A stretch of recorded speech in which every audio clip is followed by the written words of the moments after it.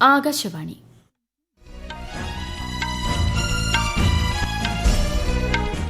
നമസ്കാരം. വാർത്തകൾ വായിക്കുന്നത് കൃഷ്ണ പ്രകൃതി.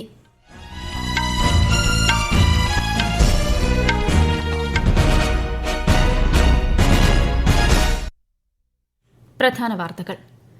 3 ദിവസത്തെ സന്ദർശനത്തിനായി പ്രധാനമന്ത്രി നരേന്ദ്രമോദി ഓസ്ട്രേലിയയിലെത്തി. ഇന്ത്യ ഓസ്ട്രേലിയ സിഇഒ ഫോറത്തിൽ പ്രധാനമന്ത്രി പങ്കെടുത്തു. കേന്ദ്ര വനിതാ ശിശു വികസന മന്ത്രാലയം സംഘടിപ്പിക്കുന്ന ബ്രിക്സ് വനിതാ മന്ത്രിതല യോഗം ഇന്ന് കൊച്ചിയിൽ സമാപിക്കും. സംയുക്ത വനിതാ മന്ത്രിതല പ്രമേയത്തിന്റെ കരട് അവതരിപ്പിക്കും. വയനാട് ദുരന്തത്തിൽ കാണാതായവർക്കായി തിരച്ചിൽ തുടരുമെന്ന് മുഖ്യമന്ത്രി വി.ഡി. സതീശൻ. ശാസ്ത്രീയ പരിശോധനയ്ക്കും നിയമപരമായ നടപടികൾക്കും തീരുമാനം. ഇറാനെതിരെ വീണ്ടും ശക്തമായ വ്യോമാക്രമണവുമായി അമേരിക്ക. ശക്തമായി അപലപിച്ച് ഇന്ത്യ. കേരളത്തിൽ ഇന്ന് ശക്തമായ മഴയ്ക്ക് സാധ്യത. മലപ്പുറം മുതൽ കാസർഗോഡ് വരെ മഞ്ഞ ജാഗ്രത.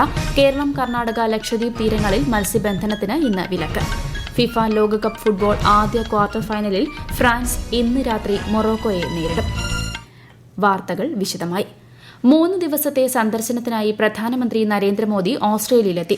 ഇന്ത്യ ഓസ്ട്രേലിയ സിഇഒ ഫോറത്തിൽ പ്രധാനമന്ത്രി പങ്കെടുത്തു. ഇന്ത്യ ഓസ്ട്രേലിയ സമഗ്ര തന്ത്രപ്രധാന പങ്കാളിത്തത്തിന് പുതിയ ഊർജ്ജം പകർന്നുകൊണ്ട് പ്രധാനമന്ത്രി നരേന്ദ്രമോദിയും ഓസ്ട്രേലിയൻ പ്രധാനമന്ത്രി ആന്റണി ആൽബനീസും തമ്മിലുള്ള വാർഷിക ഉച്ചകോടി ഇന്ന് മെൽബണിൽ നടക്കും. വിശദാംശങ്ങളിലേക്ക്. വ്യാപാരം, പ്രതിരോധം, തന്ത്രപ്രധാന സാങ്കേതിക വിദ്യകൾ, വിദ്യാഭ്യാസം, ഇരു രാജ്യങ്ങളിലെയും ജനങ്ങൾ തമ്മിലുള്ള ബന്ധം എന്നിവ ശക്തമാക്കുന്നതിൽ ശ്രദ്ധ കേന്ദ്രീകരിച്ചാകും ചർച്ച. ത്രിരാഷ്ട്ര സന്ദർശനത്തിന്റെ ഭാഗമായി ഇന്തോനേഷ്യയിലെ പര്യടനം പൂർത്തിയാക്കിയാണ് പ്രധാനമന്ത്രി നരേന്ദ്രമോദി ഇന്നലെ വൈകുന്നേരം മെൽബണിലെത്തിയത്. ഇരു രാജ്യങ്ങളിലെയും പ്രമുഖ വ്യവസായ നേതാക്കളുമായി കൂടിക്കാഴ്ച നടത്തുന്ന പ്രധാനമന്ത്രി മെൽബണിലെ ഇന്ത്യൻ സമൂഹത്തെയും അഭിസംബോധന ചെയ്യും. കഴിഞ്ഞ ഒരു പതിറ്റാണ്ടിനിടെ പ്രധാനമന്ത്രി നടത്തുന്ന 3ാമത്തെ ഓസ്ട്രേലിയൻ സന്ദർശനം ഇരു രാജ്യങ്ങളും തമ്മിലുള്ള ഉഭയകക്ഷി ബന്ധത്തിലുണ്ടായ പുരോഗതിയാണ് വ്യക്തമാക്കുന്നതെന്ന് ഓസ്ട്രേലിയയിലെ ഇന്ത്യൻ ഹൈക്കമ്മീഷണർ നാഗേഷ് സിംഗ് അഭിപ്രായപ്പെട്ടു. News desk, Akashvani. ഉപരാഷ്ട്രപതി സി.പി. രാധാകൃഷ്ണൻ ഇന്ന് ഒഡീഷയിലെ ഭുവനേശ്വർ സന്ദർശിക്കും. ഒഡീഷ കാർഷിക സാങ്കേതിക സർവകലാശാലയിൽ സുസ്ഥിര ആഴക്കടൽ മത്സ്യബന്ധനത്തിനുള്ള അനുമതി പത്രങ്ങൾ വിതരണം ചെയ്യുന്ന ദേശീയ ലോഞ്ചിംഗ് പരിപാടിയിൽ അദ്ദേഹം മുഖ്യാതിഥിയാകും. ചടങ്ങിൽ Odisha deep sea fishing mission രേഖയും ഉപരാഷ്ട്രപതി പ്രകാശനം ചെയ്യും. തുടർന്ന് national institute of science, education and റിസർച്ചിന്റെ 15ാമത് ബിരുദദാന ചടങ്ങിലും അദ്ദേഹം പങ്കെടുക്കും. 23ാമത് ഇന്ത്യ മ്യാൻമാർ ദേശീയ ഉന്നതതല യോഗം ന്യൂഡൽഹിയിൽ സമാപിച്ചു. 2 ദിവസം നീണ്ടുനിന്ന ചർച്ചകളിൽ ഉഭയകക്ഷി സുരക്ഷാ സഹകരണം, നിലവിലെ ചർച്ചാ സംവിധാനങ്ങളുടെ പുരോഗതി എന്നിവ വിലയിരുത്തി. ഭീകരവാദം, അതിർത്തി കടന്നുള്ള കുറ്റകൃത്യങ്ങൾ, മയക്കുമരുന്ന്, ആയുധങ്ങൾ എന്നിവയുടെ കടത്ത്, മനുഷ്യക്കടത്ത്, സൈബർ കുറ്റകൃത്യങ്ങൾ തുടങ്ങിയവ തടയുന്നതിൽ സംയുക്തമായി സഹകരിക്കാൻ ഇരു രാജ്യങ്ങളും തീരുമാനിച്ചു. ഇന്ത്യയുടെ അധ്യക്ഷതയിൽ കേന്ദ്ര വനിതാ ശിശു വികസന മന്ത്രാലയം സംഘടിപ്പിക്കുന്ന ബ്രിക്സ് വനിതാ മന്ത്രിതല യോഗം ഇന്ന് കൊച്ചിയിൽ സമാപിക്കും. വനിതാ പ്രവർത്തക സമിതി യോഗത്തിന് ശേഷമാണ് ബുധനാഴ്ച മന്ത്രിതല യോഗം ആരംഭിച്ചത്. സംയുക്ത പ്രഖ്യാപനത്തിന്റെ കരട് രൂപത്തിന്മേൽ വിവിധ രാജ്യങ്ങളിലെ പ്രതിനിധികൾ ചർച്ചകൾ നടത്തിയിരുന്നു. സമാപന ദിവസമായ ഇന്ന് സംയുക്ത വനിതാ മന്ത്രിതല പ്രമേയത്തിന്റെ കരട് അവതരിപ്പിക്കും. കേന്ദ്ര വനിതാ ശിശു വികസന വകുപ്പ് മന്ത്രി അന്നപൂർണ ദേവിയെ സന്ദർശിച്ച് സംസ്ഥാനത്തിനുള്ള കേന്ദ്ര സഹായം ഉറപ്പാക്കണമെന്ന് മന്ത്രി ബിന്ദു കൃഷ്ണ അഭ്യർത്ഥിച്ചു. വകുപ്പിന്റെ വിവിധ ആവശ്യങ്ങൾ അടങ്ങുന്ന മെമ്മോറാണ്ടം ശ്രീമതി ബിന്ദു കൃഷ്ണ കേന്ദ്രമന്ത്രിക്ക് കൊച്ചിയിൽ കൈമാറി. വനിതാ ശിശു വികസന വകുപ്പിന് ലഭിക്കേണ്ട കുടിശ്ശികയുള്ള കേന്ദ്ര ഫണ്ടുകൾ ലഭ്യമാക്കണമെന്നും മന്ത്രി ആവശ്യപ്പെട്ടു. നാഷണൽ ടെസ്റ്റിംഗ് ഏജൻസി ഈ മാസം 17, 18 തീയതികളിൽ നടത്താനിരിക്കുന്ന CSIR UGC നെറ്റ് പരീക്ഷയുടെ അഡ്വാൻസ് സിറ്റി ഇന്റിമേഷൻ സ്ലിപ്പ് പുറത്തുവിട്ടു. പരീക്ഷാ കേന്ദ്രം ഏത് നഗരത്തിലാണെന്ന് അറിയാൻ csir.net.nta.nic.in എന്ന വെബ്സൈറ്റിൽ നിന്നും പരീക്ഷാർത്ഥികൾക്ക് സ്ലിപ്പുകൾ ഡൌൺലോഡ് ചെയ്യാം. പിനാക്ക ദീർഘദൂര ഗൈഡഡ് റോക്കറ്റ് DRDO വിജയകരമായി പരീക്ഷിച്ചു. ഒഡീഷയിലെ ചാന്ദിപൂരിലുള്ള ഇന്റഗ്രേറ്റഡ് ടെസ്റ്റ് റേഞ്ചിലായിരുന്നു പരീക്ഷണ വിക്ഷേപണം.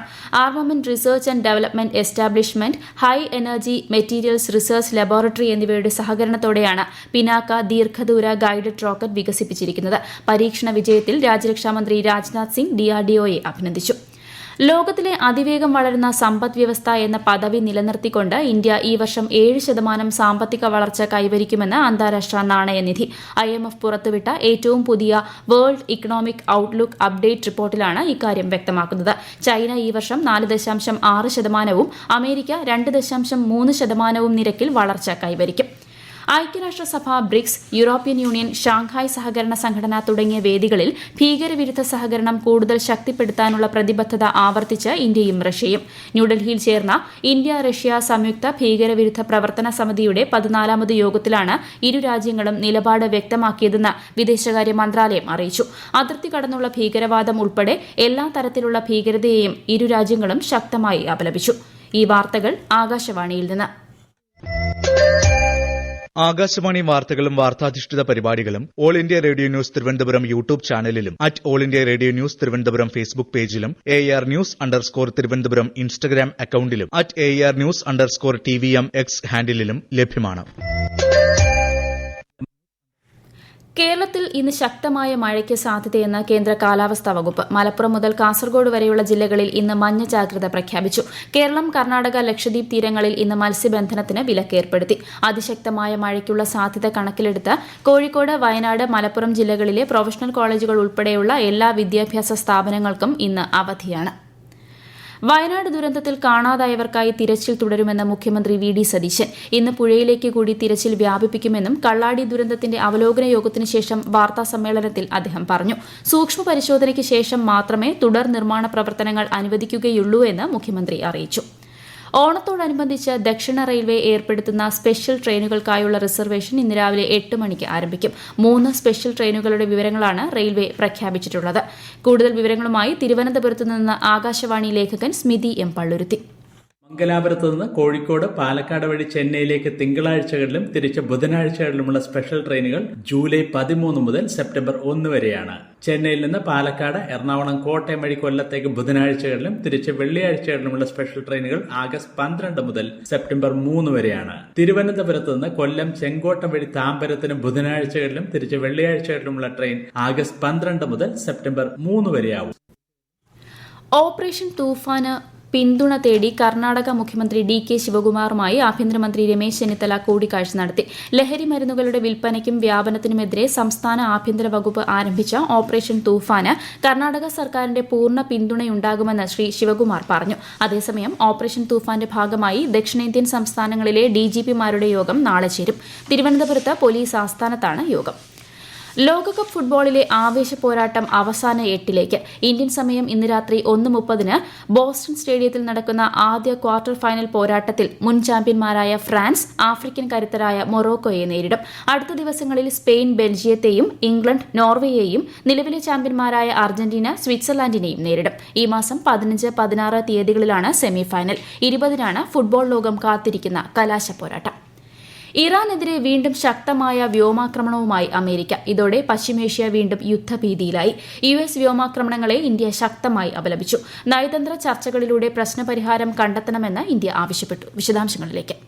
താൽക്കാലിക വെടിനിർത്തൽ കരാർ അവസാനിച്ചതായി അമേരിക്കൻ പ്രസിഡന്റ് ഡൊണാൾഡ് ട്രംപ് പ്രഖ്യാപിച്ചതിന് പിന്നാലെയാണ് ഇറാനെതിരെ US സൈന്യം വീണ്ടും ശക്തമായ വ്യോമാക്രമണം നടത്തിയത്. ബുഷഹർ, ചബഹർ, ബന്ത്രബാസ്, സിരിക്, ജാസ്ക്, അബു മുസ ദ്വീപ് ഉൾപ്പെടെയുള്ള തന്ത്രപ്രധാന തീരദേശ നഗരങ്ങളിലാണ് US പോർവിമാനങ്ങൾ ബോംബിട്ടത്. ഹോർമൂസ് കടലിടുക്കിലൂടെ പോകുന്ന കപ്പലുകൾക്ക് നേരെ ഇറാൻ നടത്തിയ ആക്രമണങ്ങൾക്കുള്ള മറുപടിയായാണ് ഈ സൈനിക നടപടിയെന്ന് അമേരിക്ക വ്യക്തമാക്കി. ഇറാന് ശക്തമായ തിരിച്ചടി നൽകുമെന്ന് പ്രഖ്യാപിച്ച ട്രംപ് ഇത് പൂർണ്ണമായ യുദ്ധത്തിലേക്ക് വഴിമാറില്ലെന്നും വ്യക്തമാക്കിയിട്ടുണ്ട്. ഭീഷണിക്ക് വഴങ്ങില്ലെന്നും ശക്തമായ തിരിച്ചടി ഉണ്ടാകുമെന്നും ഇറാൻ മുന്നറിയിപ്പ് നൽകി. അതേസമയം അമേരിക്കയും ഇസ്രയേലും ചേർന്ന് നടത്തിയ ആക്രമണത്തിന്റെ ആദ്യ ദിവസം കൊല്ലപ്പെട്ട ഇറാന്റെ പരമോന്നത നേതാവ് ആയത്തുള്ള അലി ഖമനേയുടെ ഭൌതിക ശരീരം ഇന്ന് ജന്മനാടായ മഷാദിൽ സംസ്കരിക്കും.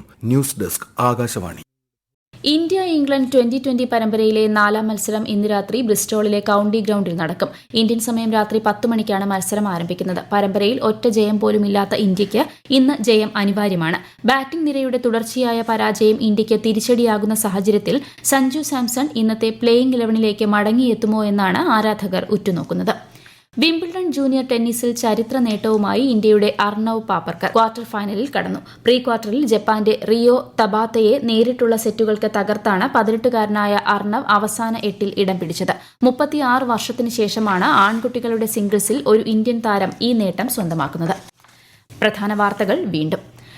3 ദിവസത്തെ സന്ദർശനത്തിനായി പ്രധാനമന്ത്രി നരേന്ദ്രമോദി ഓസ്ട്രേലിയയിലെത്തി. ഇന്ത്യ ഓസ്ട്രേലിയ CEO ഫോറത്തിൽ പ്രധാനമന്ത്രി പങ്കെടുത്തു. കേന്ദ്ര വനിതാ ശിശു വികസന മന്ത്രാലയം സംഘടിപ്പിക്കുന്ന ബ്രിക്സ് വനിതാ മന്ത്രിതല യോഗം ഇന്ന് കൊച്ചിയിൽ സമാപിക്കും. സംയുക്ത വനിതാ മന്ത്രിതല പ്രമേയത്തിന്റെ കരട് അവതരിപ്പിക്കും. വയനാട് ദുരന്തത്തിൽ കാണാതായവർക്കായി തിരച്ചിൽ തുടരുമെന്ന മുഖ്യമന്ത്രി വി ഡി സതീശൻ. ശാസ്ത്രീയ പരിശോധനയ്ക്കും നിയമപരമായ നടപടികൾക്കും തീരുമാനം. ഇറാനെതിരെ വീണ്ടും ശക്തമായ വ്യോമാക്രമണവുമായി അമേരിക്ക. ശക്തമായി അപലപിച്ച് ഇന്ത്യ. കേരളത്തിൽ ഇന്ന് ശക്തമായ മഴയ്ക്ക് സാധ്യത. മലപ്പുറം മുതൽ കാസർഗോഡ് വരെ മഞ്ഞ ജാഗ്രത. കേരളം, കർണാടക, ലക്ഷദ്വീപ് തീരങ്ങളിൽ മത്സ്യബന്ധനത്തിന് ഇന്ന് വിലക്ക്. ഫിഫ ലോകകപ്പ് ഫുട്ബോൾ ആദ്യ ക്വാർട്ടർ ഫൈനലിൽ ഫ്രാൻസ് ഇന്ന് രാത്രി മൊറോക്കോയെ നേരിടും. വാർത്തകൾ കഴിഞ്ഞു. അടുത്ത വാർത്താ പ്രക്ഷേപണം ഉച്ചയ്ക്ക് 12:30.